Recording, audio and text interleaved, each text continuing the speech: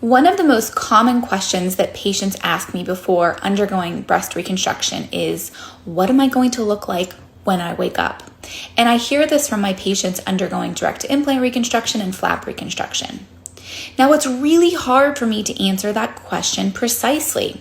I do show pre- and post-operative photos in my clinic. I've found that it really helps patients understand scar placement and where their volume will be after surgery, and that can be really helpful to set a framework of what they can expect after surgery.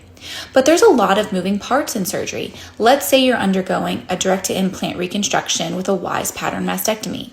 That is a lot of moving parts. We're undergoing skin resection, removing of the breast, replacing it with an implant. The implant's going to have different volume distributions than where your breast was. So it's a lot of changes that happen all at once. We don't have any type of computer simulation or AI that allows us to generate images specific for each patient. So what can you do as a patient? One, I really like when patients bring in wish list photos, and it doesn't even have to be something that you love. It can actually be something that you hate, because that can be very helpful as well. What I have found is that when patients bring in photos and we look at them together and we specifically identify what they love or hate, it helps set up expectations that may or may not be achievable. For example, I had a patient coming in for a breast reduction, and she brought in wish list photos that she loved and she hated.